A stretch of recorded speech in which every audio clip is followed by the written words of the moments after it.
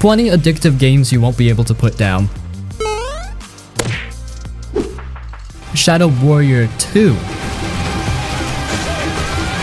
Shadow Warrior 2 is the kind of game that grabs you with its sheer ridiculous fun and refuses to let go. It's a high-speed, over-the-top FPS where you play as Lo Wang, a sword-wielding, gun-slinging mercenary who tears through demons, cyborgs, and all sorts of unholy creatures with a mix of brutal melee combat and insane firepower. The game doesn't hold back. It throws you into these huge, open-ended levels filled with enemies just waiting to be sliced, shot, or blown to pieces. The combat is where it really shines. It's fast, smooth, and incredibly satisfying. You're constantly dashing, double jumping, and swapping between an arsenal of absurdly fun weapons. Katanas, chainsaws, shotguns, plasma rifles, you name it. Melee combat is especially fun, letting you slice enemies into bits in real time, and it never gets old. And because the game has RPG mechanics, you're always upgrading, customizing weapons, and unlocking new abilities, which keeps it feeling fresh even hours in. But what makes it really addictive is how much freedom it gives you. The missions are more open-ended than in the first game, letting you explore different paths, find hidden loot, and take on enemies however you want.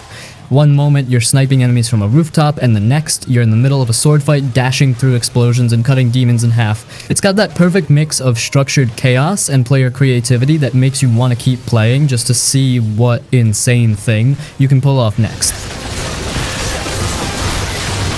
And if you've got friends, the co-op is where this game goes from fun to absolutely insane. Up to 4 players can tear through missions together, and the sheer destruction you can cause with a team is ridiculous. It's the kind of game where you're laughing non-stop because of how over-the-top everything is. Enemies flying everywhere, explosions going off, teammates screaming as they get swarmed by demons. It's just pure fun. The game never takes itself seriously either. Lo Wang is constantly cracking jokes, the dialogue is goofy, and everything about it just leans into that over-the-top action movie vibe. It's not trying to be deep, it just wants you to have fun, and honestly it nails that perfectly. If you love fast-paced shooters, insane combat, and a game that just feels good to play, Shadow Warrior 2 is one of those experiences that'll keep you hooked for hours on end.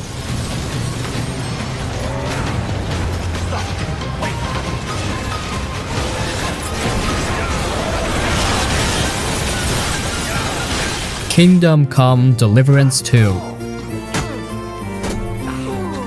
If you played the first game, you already know what you're getting into. No magic, no over-the-top fantasy, just pure medieval chaos. And this sequel, it's bigger, better, and somehow even more immersive. The world feels insanely real. Towns are livelier, forests are thicker, and NPCs don't just stand around waiting for you. They actually exist. They wake up, go to work, eat, drink, and react if you're running around like a lunatic.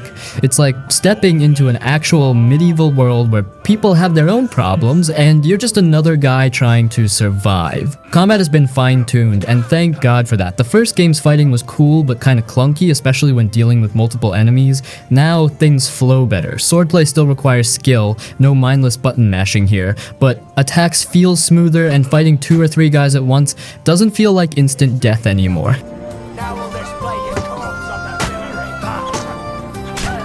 And the story, so Henry's back, and his journey picks up right where the last game left off. The writing feels even more natural, the voice acting is solid, and the quests are so much more dynamic. You can talk your way out of situations, sneak around like a thief, or just be that guy who swings first and asks questions never. And yeah, your choices actually matter. People remember what you do, and it changes how they treat you. Graphically, the game is stunning, the landscapes are ridiculously detailed, the lighting is beautiful, and everything just looks right. Sure, there's some bugs, because of course there are, but nothing that ruins the experience. Bottom line is that Kingdom Come Deliverance 2 is one of the most immersive RPGs you'll ever play. It's not for everyone, it doesn't hold your hand, and it demands patience, but if you're into deep, realistic medieval adventures where every decision counts, this game will completely take over your life. You have to fight till the bitter end.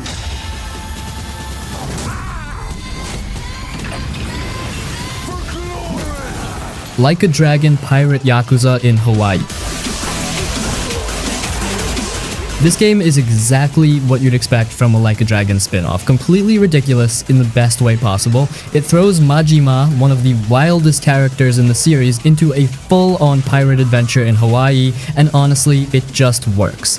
So the story kicks off with Majima washing up on a beach with no memory of who he is. Classic setup. But instead of diving into some super serious drama, the game leans into the madness. Majima basically decides, screw it, I'm a pirate now, and starts building a crew. What follows is a mix of Yakuza-style street brawls, hilariously over-the-top naval battles, and some of the weirdest side quests the series has ever had. The combat is still the same punch everything in the face goodness we love, but now with a pirate twist. Majima can switch between brutal hand-to-hand combat and straight-up sword fights, making every battle feel like a chaotic bar fight from an action movie.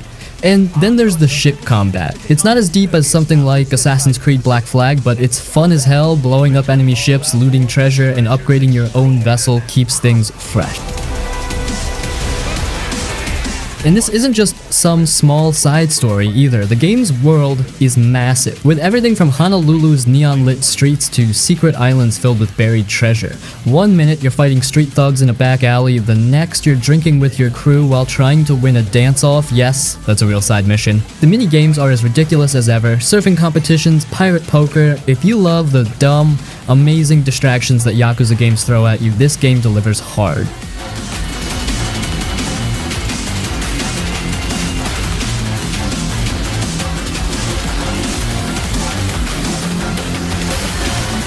Ninja Gaiden Black.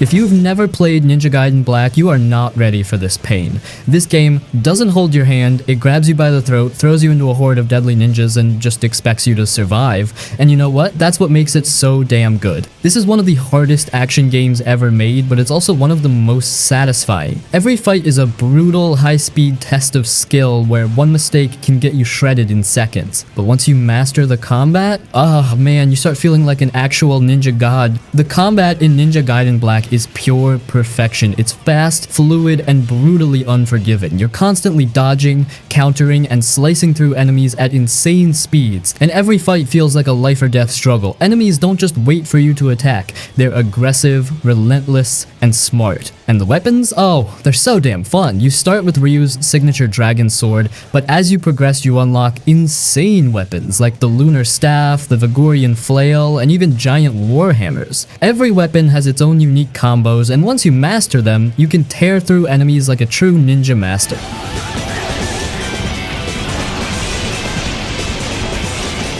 The enemies in this game do not play around. Regular ninjas, they're already tough, but then you've got black spider ninjas who throw explosives at you mid-air, armored soldiers with machine guns, and monstrous demons that can wipe you out in seconds. And the bosses? Oh god, you will suffer. One minute you're fighting a giant flame-breathing dragon, the next you're up against a demonic samurai on horseback, and then, just when you think you're getting the hang of things, you have to fight two Alma demons at the same time.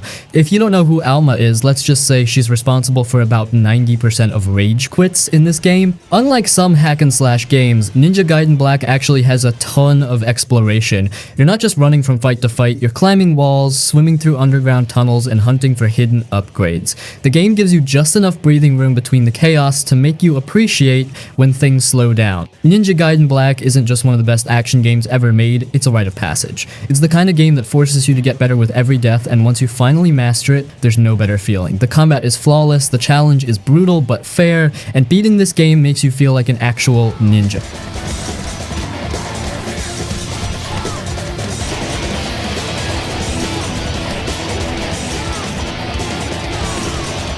Paso Elsewhere. This game kind of came out of nowhere for me. It looks like some old school shooter from the early 2000s, but once I started playing, I just kept going. Like, I didn't even realize I was getting pulled in. You play as this guy named James who's trying to stop his vampire ex-girlfriend from ending the world. Yeah, it sounds ridiculous, but the game actually takes it seriously, and it works. So basically, you're running through this weird motel that keeps twisting and changing. It's not a normal place, it's like a memory, a dream, hell, not really sure. But every level, you're gunning down monsters, diving in slow motion, and listening to James talk about his past, his mistakes, and how messed up he is inside. It's got this constant voiceover while you're shooting stuff, but it's not annoying. It kind of makes the action feel more personal, like you're inside his head the whole time. The The shooting feels nice, not super complex or fancy. You've got pistols, shotguns, Uzis, that kind of thing. You can dive through windows, go into slow-mo, and clear out rooms like you're in an action movie. It doesn't change much from level to level, but it never really gets boring either. You're just in the zone, clearing floor after floor, saving hostages, grabbing pills to heal, and all the while, this dude is spilling his guts about everything that went wrong in his life. The vibe's cool too. The visuals are super simple, kind of blocky, almost like PS2 graphics, but it totally fits. The soundtrack is a mix of moody beats and hip-hop, and gives the game this really unique feel. Not flashy, not over the top, just kind of stylish in its own way. What surprised me most is how real it felt. Like, yeah, you're fighting monsters and vampires and all that, but at the core, it's just about this guy dealing with heartbreak and trying to fix the damage he's done. He's not trying to be a hero, he just doesn't want to live with regret anymore, and I think that's what makes it stick. It's not perfect, but it hits different.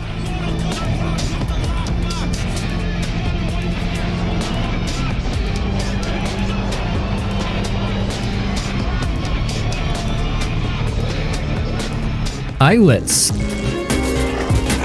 Imagine a world made up of tiny floating islands, all connected by these rickety bridges and zip lines. That's Islets. It's a Metroidvania, which means you're exploring this interconnected world, finding upgrades, and gradually unlocking new areas. But it's also got this really chill, almost cozy vibe. You play a little mouse knight named Aiko, and you're on a quest to reunite the islands. The story is pretty simple, but it's charming and heartwarming. It's about friendship, about finding your place in the world, and about helping others. It's a very sweet and gentle narrative. What makes Islets so enjoyable is the exploration. It's just fun to zip around these little islands, discovering hidden paths and finding all the collectibles. The world is beautifully designed, and it's full of little details that make it feel alive. It's not a huge world, but it feels perfectly sized. The combat is pretty straightforward. You've got your sword, and you can learn new abilities as you progress. It's not the deepest combat system you'll ever see, but it's satisfying enough. The focus is more on exploration and platforming than challenging combat encounters. It's a game that's more about the journey than the destination. And the characters, they're all so charming. You meet all sorts of quirky characters on your journey, and they all have their own little stories to tell. They add a lot of personality to the world. It's a game that's full of heart. Islets isn't a super long or challenging game, but it's a delightful and relaxing experience. It's the kind of game you can just curl up with and play for a few hours. It's a great example of how to make a Metroidvania that's both fun to explore and genuinely heartwarming. If you're looking for a chill and charming game to play, you should definitely give Islets a try. It's a perfect game for when you just want to unwind and explore a beautiful world. It's a gentle and relaxing experience that's perfect for players of all skill levels.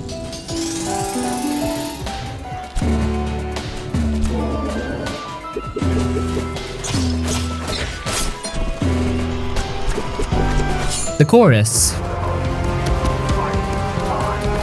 So Chorus, imagine a space shooter, right? But it's not just about flying around and blasting everything. It's got this surprisingly interesting story about cults, prophecies, and a pilot trying to escape her past. That's Chorus in a nutshell. It's a space combat game with a really compelling narrative. You play Nora. She used to be a big shot in this cult called the Circle, like their top warrior, but she's had a change of heart, and now she's trying to break free from them and make up for what she's done.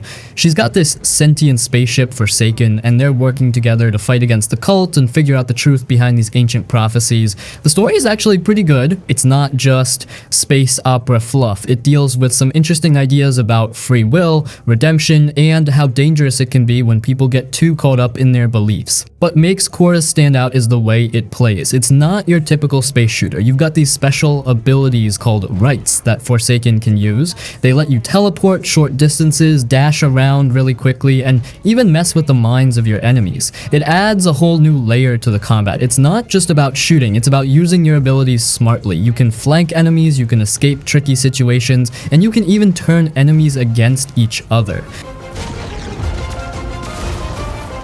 And the world, man, the world is gorgeous. It's a huge open world, and it's full of these stunning nebulae, ancient ruins, and weird alien structures. Just flying around and exploring is a lot of fun. It's really visually impressive. They've created a really beautiful and interesting universe to fly around in. The combat itself is fast and fluid. Zipping around in Forsaken, dodging enemy fire, and using your rights feels great. It's challenging, but it's also really rewarding when you pull off a cool maneuver or take down a tough enemy. It's a really satisfying space combat experience. It's the kind of game where you can really get into a flow state, weaving between enemy fire and unleashing devastating attacks. Now, of course, isn't perfect. The story can get a little confusing at times, and some of the missions can feel a bit repetitive, but it's a unique and enjoyable space shooter with a good story and some really cool gameplay. If you like space combat games, or you're just looking for something a bit different, I'd recommend giving it a shot. It's a fun and engaging space adventure, and it's definitely worth playing if you're looking for something with a bit more story than your average space shooter.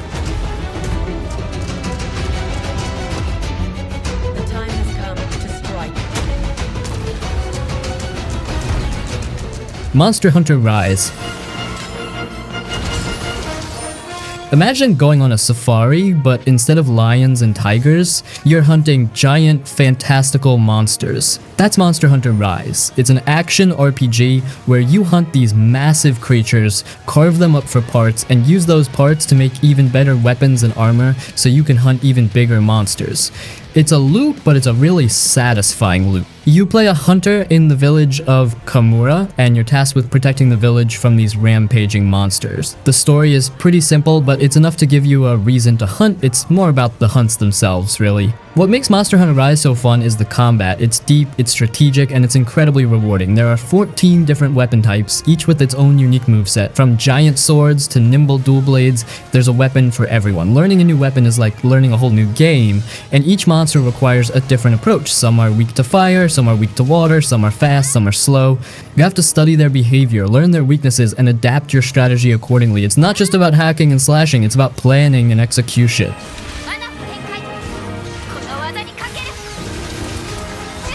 And the monsters, they're amazing. They're all these creative, imaginative creatures, and they're a joy to fight. Each monster has its own unique attacks, behaviors, and personality. Learning their patterns and figuring out how to exploit their weaknesses is a huge part of the fun. It's a constant process of learning and adapting. Rise also introduces the wire bug, which is a game changer. It lets you zip around the environment, perform aerial attacks, and even use special attacks with your weapons. It adds a whole new level of mobility to the combat. It's a really fun and versatile tool. Monster Hunter Rise is a challenging game, but it's also incredibly rewarding. There's nothing quite like finally taking down a monster that's been giving you trouble, and then using its parts to craft a new weapon or piece of armor. It's just so satisfying. It's a game that's all about progression, both in terms of your character's gear and your own skill as a hunter. If you're looking for a challenging and rewarding action game, you should definitely give Monster Hunter Rise a try. It's a great game to play solo, but it's even better with friends. Hunting monsters with a group is a blast. It's a game that you can sink hundreds of hours into, and there's always something new to discover.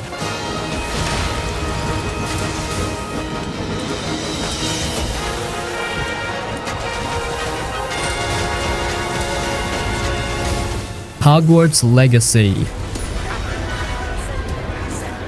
So, have you ever dreamed of just like being at Hogwarts? Wandering the halls, attending classes, learning spells? This game lets you do that. It's an open-world action RPG set in the Harry Potter universe, but it's not just a rehash of the books. It's a whole new story, and it's pretty cool. You're a student at Hogwarts, but it's the late 1800s, so it's a different time, and you've got this special ability you can see and mess with ancient magic. The story revolves around this ancient magic, what it is, and who's trying to use it for their own purposes. You're trying to figure it all out, and of course, you get caught up in all sorts of wizarding drama. It's a story that feels both familiar and new, which is a neat trick. The best part, hands down, is Hogwarts itself. It's huge, like really huge, and it's packed with details. You can explore all the different house common rooms, go to classes, learn spells, and just wander around and soak it all in. It really feels like the Hogwarts you've always imagined. And it's not just the castle. The areas around Hogwarts, like Hogsmeade and the Forbidden Forest, are also gorgeous. They've created a truly magical world to explore. Gameplay-wise, it's a mix of a few things. There's combat, it's actually pretty fun, you learn a bunch of spells and you can combine them to do some cool stuff. It's not just about blasting enemies, it's about using your magic creatively. Then there's the exploration. You're always finding hidden areas, little secrets, and completing side quests. And of course, there's the main story, which is actually pretty engaging. It's a nice mix of action, exploration, and narrative. Now, Hogwarts Legacy isn't perfect. Some of the side quests are a little generic, and the combat, while fun, can get a little repetitive after a while.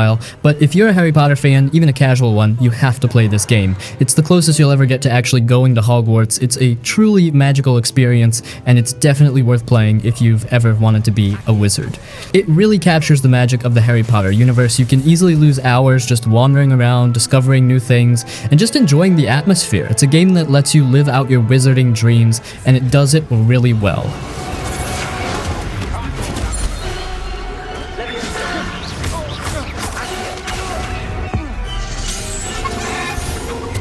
Persona 3.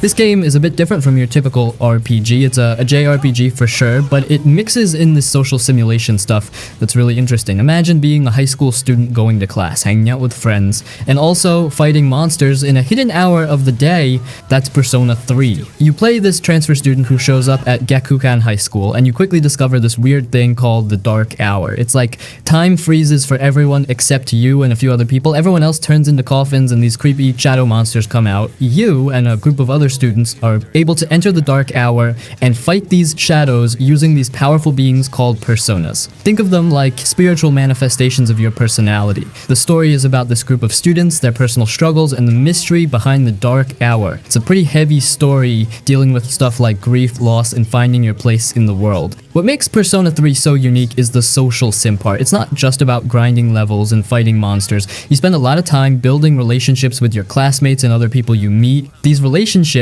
they're called social links, and they actually make your personas stronger. It's a really clever system. It makes you care about the characters, and it ties into the gameplay in a meaningful way. You're not just hanging out with people for fun, you're strengthening your team. The combat is turn-based, but it's strategic. Each persona has its own strengths and weaknesses, and you have to use them smartly to beat the shadows. It's like a puzzle. You have to figure out the best combination of personas to use against each enemy. And you can fuse personas together to create even stronger ones, which is really satisfying. It's not just about having a powerful persona, it's about having the right persona for the job. Persona 3 is a long game, it takes a while to get through it, but it's a really rewarding experience. It's a unique game that blends compelling characters, strategic combat, and a really interesting story. It makes you think about some pretty deep stuff, but it's also fun and engaging. If you're into JRPGs or you're just looking for something different, I definitely recommend Persona 3. Only one left.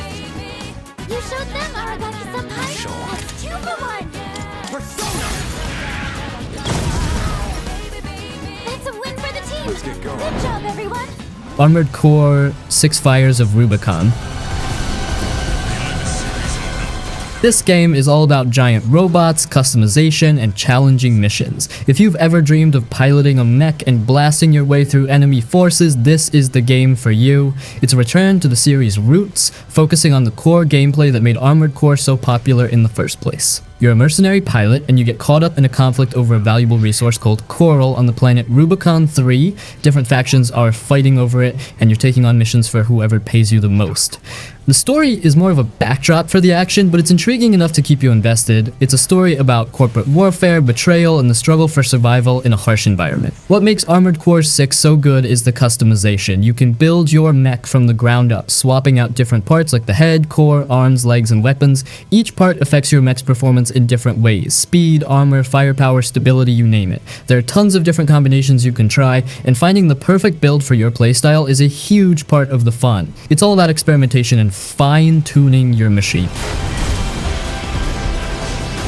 And the missions, they're tough. They require skill, strategy, and a well-built mech. You're not just mindlessly blasting enemies, you have to think about your approach. Some missions require speed and agility, while others require heavy firepower and armor. You'll often find yourself replaying missions multiple times, tweaking your mech, and trying different tactics until you find the right approach. It's a challenging game, but it's incredibly rewarding when you finally conquer a difficult mission. The combat is fast and dynamic, you're zipping around the battlefield, dodging enemy fire, and unleashing devastating attacks. It feels great to pilot a giant robot and take down waves of enemies. It's a really satisfying action experience.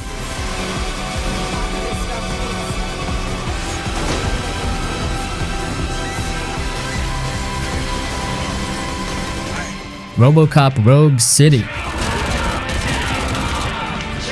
Imagine walking around Detroit as Robocop. Not just any Robocop, but the Robocop with all the cheesy one-liners and the Auto 9 pistol. That's Rogue City. It's a first-person shooter, but it's also a love letter to the original Robocop movie. You play Alex Murphy, aka Robocop, and you're tasked with cleaning up the streets of Detroit. The city is overrun with crime, and you're the only one who can stop it. The story is actually pretty good. It's not just a generic action plot. It delves into the themes of the movie, like corporate greed, police corruption, and what it means to be human. It even features some familiar characters from the film. It's a story that feels both familiar and new, expanding on the Robocop universe in interesting ways. What makes Rogue City so cool is the atmosphere. It really captures the feel of the movie. Detroit is gritty, it's run down, and it's full of criminals. The game looks and sounds just like the movie, from the visuals to the music to the sound effects. It's a truly immersive experience for fans of the film. Dead or alive, you are coming with me. The gameplay is a mix of shooting, investigation, and some light RPG elements. The shooting is satisfying. You've got your Auto 9, and you can upgrade it as you progress. You can also use other weapons, but the Auto 9 is the star of the show. And the game isn't just about blasting everything that moves. You can also investigate crime scenes, talk to witnesses, and make choices that affect the story. It's not just about the action, it's about being a cop. And the fan service, it's great. The game is packed with little details that fans of the movie will appreciate, from the cheesy one-liners to the iconic ED-209. It's clear that the developers have a lot of love for the source material. It's a game made by fans, for fans.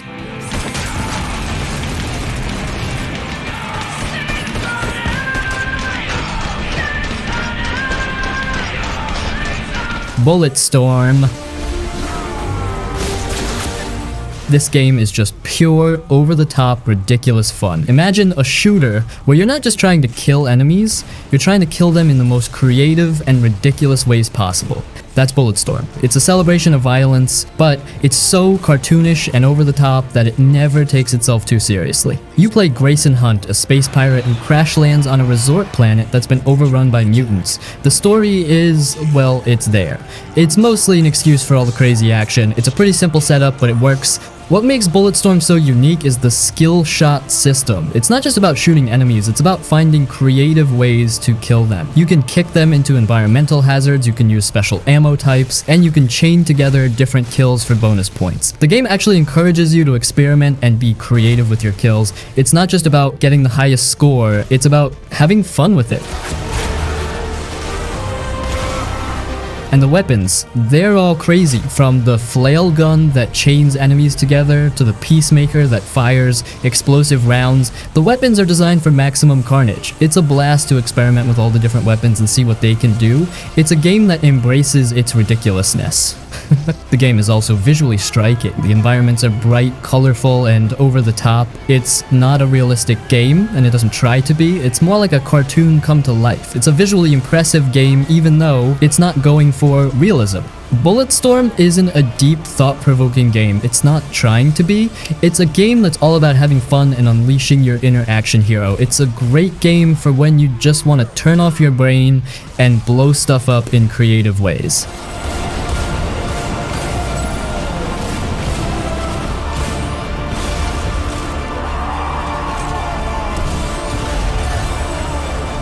Destroy All Humans 2 Reprobed.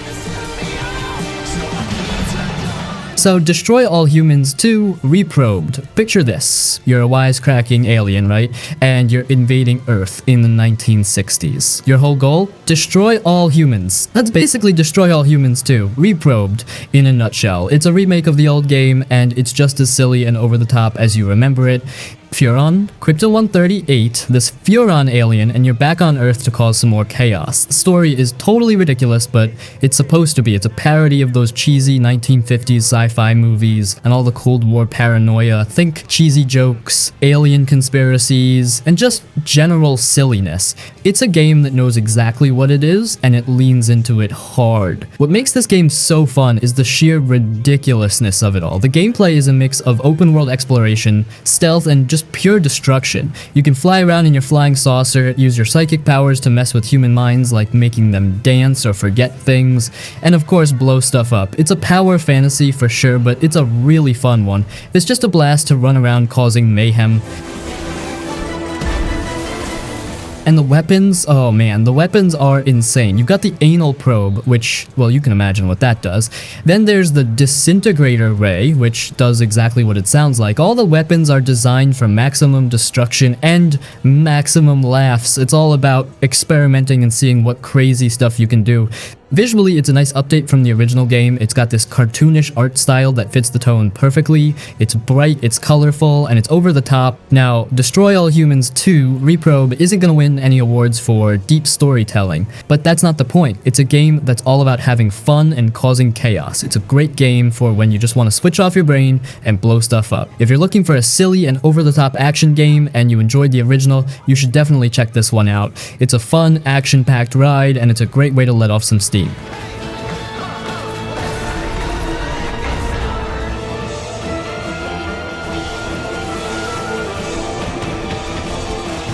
Evil West. Imagine cowboys, right? But instead of just outlaws and cattle rustlers, you've got vampires and all sorts of other nasty creatures. That's Evil West. It's like a dark fantasy western, and it's all about action. You're Jesse Rentier, and you're part of this secret organization that hunts monsters. The story is pretty simple. You're trying to stop this big bad vampire from taking over the world. It's a classic good versus evil thing, but they tell it in a cool way with some dark humor mixed in. It's a straightforward setup, but it works well enough to give you a reason to go around slaying monsters. What makes Evil West fun is the fighting. It's brutal, like really brutal, and it's really satisfying. You've got all sorts of weapons, your revolver, a rifle, and this crazy gauntlet that lets you do these powerful melee attacks. It's a good mix of shooting and close quarters combat, and it feels great to string together combos and take down a bunch of monsters. And the monsters, they're all pretty freaky. You've got your classic vampires, but there are also some other creatures that are just weird. They're all pretty grotesque and challenging to fight. Each enemy has its own strengths and weaknesses, so you have to change up your tactics. It's not just about blasting everything, you have to think a bit. The game also has a cool western vibe. The environments look good, and they definitely capture the feel of the Wild West. It's a dark and gritty version of the West, though. It's a visually impressive game, even though it's not going for photorealism.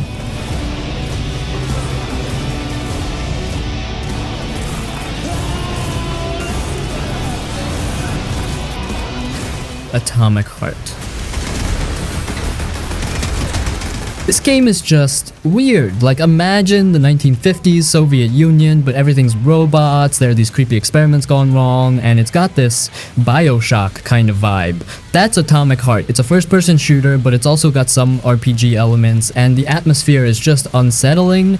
You're P3. He's a special agent, and he's sent to check out this top-secret research facility. Something's gone seriously wrong. The robots have all gone haywire, and things are just messed up. The story is kind of complicated, lots of twists and turns, and some seriously strange stuff happens. It's a story that unfolds slowly, and it's definitely not afraid to get bizarre. What really makes Atomic Heart stand out is the world they've created. It's just so strange and visually impressive. This alternate version of the Soviet Union is depicted in this stylized, almost retro-futuristic way, and it's full of these creepy robots and mutated creatures. It's a really unique and memorable setting. It's a world that's both beautiful and terrifying, sometimes at the same time.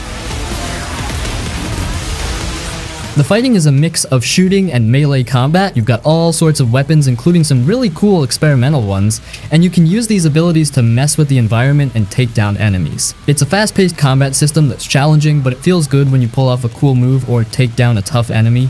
It's not just about pointing and shooting, it's about using your abilities and the environment to your advantage. And the robots, they're genuinely creepy. They're not just mindless enemies. They have their own little quirks and personalities. Some are fast and agile, some are heavily armored, and some are just plain weird.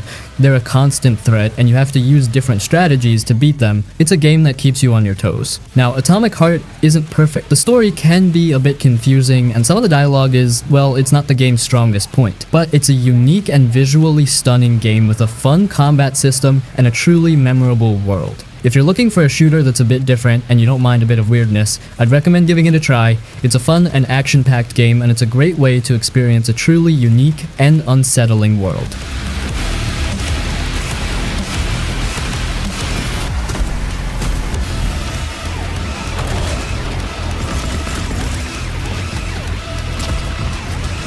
Final Fantasy 15. This game is like a road trip with your best friends, but, you know, with giant monsters and saving the world thrown in. FF15, it's an action RPG, but it's really focused on the relationships between the characters, and it's got a surprisingly emotional story. You're Prince Noctis, and you're about to get married when, bam, your kingdom gets attacked and your dad gets killed. So, you and your three best buddies, Gladiolus, Ignis, and Prompto, set off on this quest to take back your throne and get revenge. The story is actually pretty good. It's not just some generic save the princess thing. It's about friendship, it's about loss, and it's about growing up. It's a coming-of-age story wrapped up in a fantasy adventure. What makes FF15 special is the bond between the four main characters. Their interactions feel so real. They joke around, they argue, they have each other's backs, they feel like actual friends. Their camaraderie is a big part of what makes the game so enjoyable. You really get to know them, and you start to care about what happens to them. It's not just about the prince, it's about the whole crew and their journey together.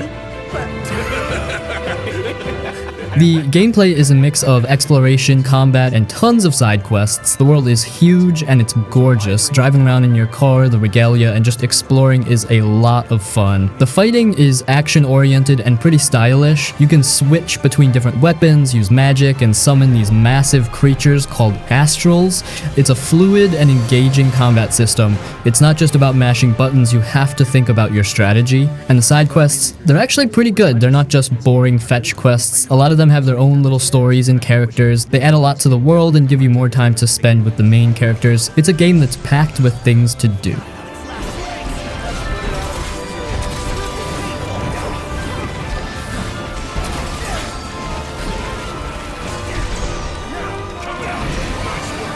Darksiders 3. This game is like a post-apocalyptic, biblical beat-em-up. Think cowboys and vampires, but replace the vampires with demons, and the cowboys with, well, one very angry horseman of the apocalypse. That's Darksiders 3. It's an action game, and you play as Fury, one of the four horsemen, and you're hunting down the 7 deadly sins. Fury is a pretty cool character. She's tough, she's powerful, and she's got a bit of a temper. The story is fairly straightforward. It's about Fury's journey, how she grows as a character, and of course the big showdown with the sins. It's a classic good versus evil story, but they tell it in a stylish, over-the-top way. It's not best, but it gives you a good enough reason to go around beating up demons. The combat is what really makes Darksiders 3 shine. It's challenging, like really challenging, but it's also incredibly rewarding. Fury has a bunch of different weapons and abilities, and you can switch between them pretty seamlessly. It's a mix of melee, ranged attacks, and magic. It takes some getting used to, but once you get the hang of it, it feels so good. It's not just button mashing. You have to time your attacks, dodge enemy blows, and use your abilities. It's a demanding combat system, but it's incredibly satisfying when you finally take down a tough enemy. The world they've created is also pretty interesting. It's a dark, desolate, post-apocalyptic landscape, ruined cities, creepy creatures, and lots of hidden areas to find. It's a visually impressive game, even though it's not trying to be photorealistic. It's got its own distinct art style. And the enemies, they're all unique and challenging. Each of the 7 deadly sins has their own boss fight, and those fights are epic. They'll test your skills, and you'll probably die a bunch of times, but finally beating them is a huge accomplishment. Those boss fights are a definite highlight.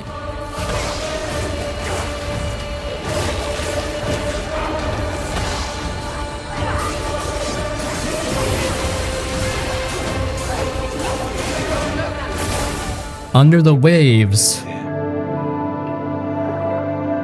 So, Under the Waves, imagine a game where you're a professional diver, but you're also dealing with grief, isolation, and a touch of sci-fi. That's Under the Waves. It's a narrative-driven adventure game set in the North Sea, and it's got a really unique and melancholic atmosphere. You play Stan, a diver working for an underwater company. He's dealing with the loss of his wife, and he's trying to cope with his grief by throwing himself into his work. The story is very personal and emotional. It's about Stan's journey, his struggles, and his attempts to find some kind of peace. It's a story that's very much about the internal world of the character as much as it is about the external world. What makes Under the Waves so special is the atmosphere. It's beautiful, it's serene, but it's also a bit lonely and unsettling. The underwater world is stunningly realized, and it's a joy to explore, but there's also this sense of isolation, being all alone in the depths. It's a game that really captures the feeling of being underwater. What sort of operation are they running down here? The gameplay is mostly about exploration and interacting with the environment. You're diving, you're exploring wrecks, you're collecting resources, and you're talking to other characters via radio. There are also some light puzzle elements. It's not a fast-paced action game, it's more about taking your time and soaking in the atmosphere. It's a game that encourages you to slow down and appreciate the world around you. And the story, it's really well written and emotional. Stan is a complex and relatable character, and you really feel for him as he struggles with his grief. The game deals with some heavy themes, but it does so in a thoughtful and sensitive way. It's a story that stays with you after you've finished playing. Under the Waves isn't a super long game, and it's not particularly challenging, but it's a memorable experience. It's a unique and emotionally resonant game that will stay with you long after you've finished playing it. If you're looking for a game that's a bit different, something that's more about atmosphere and character interaction than action, you should definitely check it out. I don't expect you to understand. You're not the only one who's suffering. I need you with me here, now. I will be. Asterigos' Curse of the Stars. Greek mythology meets a Souls-like game. It's Asterigos. It's an action RPG with a focus on challenging combat, exploration, and a rich mythological story. You play Hilda, a warrior from the Asterigos Legion, and you're sent to the cursed city of Athos to investigate a mysterious plague. The city is full of monsters inspired by Greek mythology, and you quickly discover that there's more to the plague than meets the eye. The story is intriguing, drawing heavily from Greek myths and legends, and it's full of twists and turns. It's a story about duty, sacrifice, and the blurred lines between heroes and monsters. What makes Asterigos stand out is the combat. It's challenging, it's strategic, and it's rewarding. You have a variety of weapons to choose from, each with its own moveset. You can switch between them on the fly, allowing for a flexible and dynamic combat style. It's not just about hacking and slashing, it's about learning enemy patterns, timing your attacks, and using your abilities wisely. It's a combat system that requires patience and skill, but it's incredibly satisfying when you master it. The world of Athos is also really well designed. It's a beautiful, ruined city full of Greek-inspired architecture, hidden areas, and challenging platforming sections. Exploring the city is a joy in itself, and you're constantly discovering new secrets and lore. It's a world that's rich in detail and atmosphere. And the boss fights, they're epic. Each boss is a unique and challenging encounter inspired by a creature from Greek mythology. They require careful planning and precise execution to defeat. These boss fights are a true test of your skills, and they're a definite highlight of the game.